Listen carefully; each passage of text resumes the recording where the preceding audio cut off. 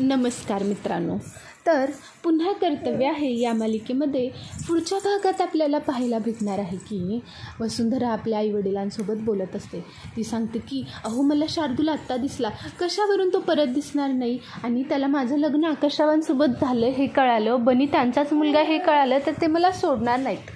वसुंधराचे आईवडील म्हणतात की वसू बाळा तू काळजी करू नकोस, यातलं काही होणार नाही, तू आकाशरावांचा विचार कर ना.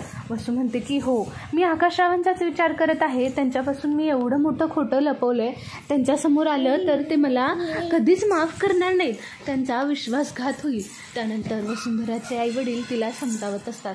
वसुंधरा खूप घाबरलेली असते. आकाश वसुंधराच्या घरी जायला निघालेला असतो आणि तो तेव्हा तिथे पोहोचतो. तेव्हा वसुंधरा आपल्या भूतकाळाविषयी बोलत असते आणि आकाश दरवाजात त्याच्या आईवडील बघताना ते बोलायचे थांबतात.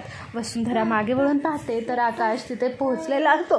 हे बघून वसुंधरा खूप घाबरते. आकाश घरात येतो. आता त्याने हे ऐकले की नाही हे पाहणं खरंच खूप इंटरेस्टिंग राहणार आहे.